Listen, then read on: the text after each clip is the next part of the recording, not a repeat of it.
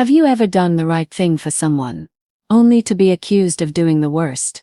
That's exactly what happened to a single black father named Darnell, who simply offered to help his intoxicated boss get home safely after a wild company party. But when she woke up the next morning in her own bed, her car parked perfectly, her purse untouched, what she assumed nearly cost Darnell everything. Until a twist no one saw coming changed not just his fate, but hers too. Stick around. Because this story, it's about how kindness can survive even the ugliest assumptions and transform two broken lives. Darnell Cole was a warehouse supervisor at one of the largest logistics companies in Atlanta. A man of quiet strength and tired eyes. Darnell had raised his 8-year-old daughter, Samira, on his own ever since his wife passed away from lupus 3 years earlier. He worked nights. He worked weekends. And he never, ever complained. Because Samira, she was his whole world, and every night, when he tucked her into bed, he whispered the same words. Daddy's always gonna do right, even when it's hard. But one cold December evening, after the company's annual holiday party downtown, doing right would put everything, his job, his name, his daughter's future, at risk. The office party was fancy this year. Crystal glasses, jazz quartet, glimmering lights. Most of the warehouse team had never seen their corporate execs so human. Darnell was only there because his shift ended early. He'd promised his supervisor, Mr. Jenkins, he'd drop by just to show face. But while he nursed a sprite at the corner of the room, he noticed her, Miss Olivia Hartley, his boss's boss. A woman known for her no-nonsense attitude, sharp suits, and one-syllable responses. She ran the logistics division like a military operation. Never smiled. Never mingled. But tonight, she was laughing, loudly, and drinking. A lot. By the time the party wrapped up around midnight, Olivia was wobbling in heels she couldn't stand in, struggling to find her car keys. People were walking past her like she didn't exist. That's when Darnell stepped up. "Ma'am, I think you should let someone drive you home," he offered gently. She stared at him, eyes glazed, mascara smudged. "You think I can't get home myself, supervisor?" she slurred sarcastically. "Not saying that, just saying, it's late. Road's icy. I got a daughter. I'd hope someone would help her too." That part hit her. For some reason, she handed over the keys, and Darnell, steady and calm, helped her into the passenger seat of her luxury sedan and drove her home.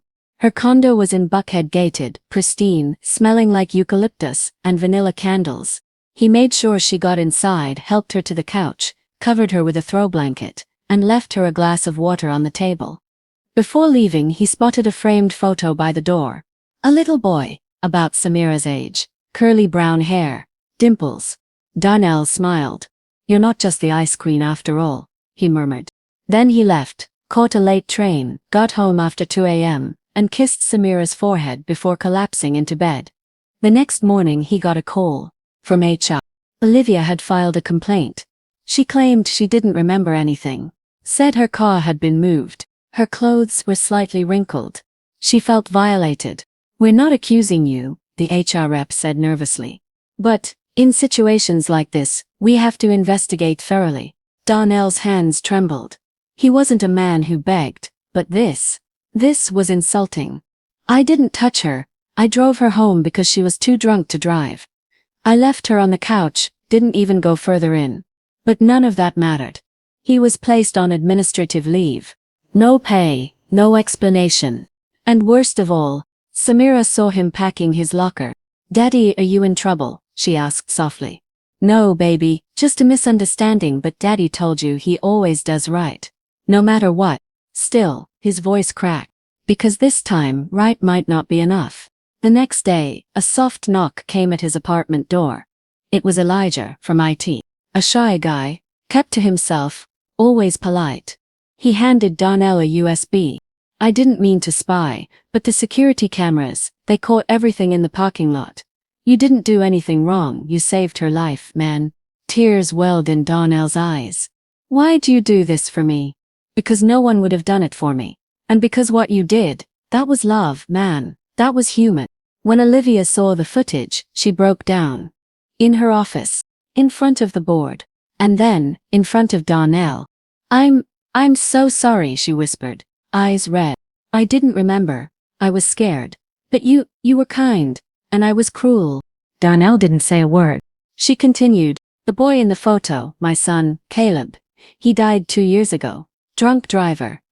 That's why I don't drink. But last night, I did. And if you hadn't helped me, I could have ended up like him. Silent. Then she did something no one expected.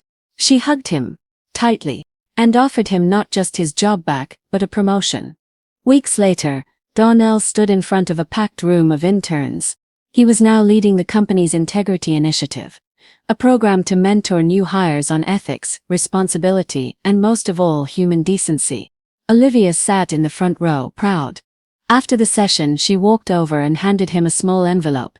Inside was a check, enough to send Samira to the private school Darnell had always dreamed of, but could never afford. It's not charity, Olivia said. It's gratitude. You saved my life and reminded me there's still good in this world. That night, Darnell sat with Samira under the stars. Daddy, you didn't give up. Never will, baby girl. And you helped her, even when she didn't help you. That's what kindness is, he smiled. It's not about what you get, it's about who you are. And for the first time in a long time, he felt peace, because in a world full of judgment, fear, and division, one simple act of goodness had changed everything. Sometimes the world might question your goodness, but do good anyway. Because you never know when your quiet act of kindness could be the spark that saves a life or transforms your own. If this story touched your heart, hit that like button, and tell us in the comments, what's the kindest thing someone's ever done for you, or that you've done for someone else? Don't forget to subscribe for more powerful true stories like this. And keep watching, we've got another story coming up that'll remind you just how strong the human spirit really is.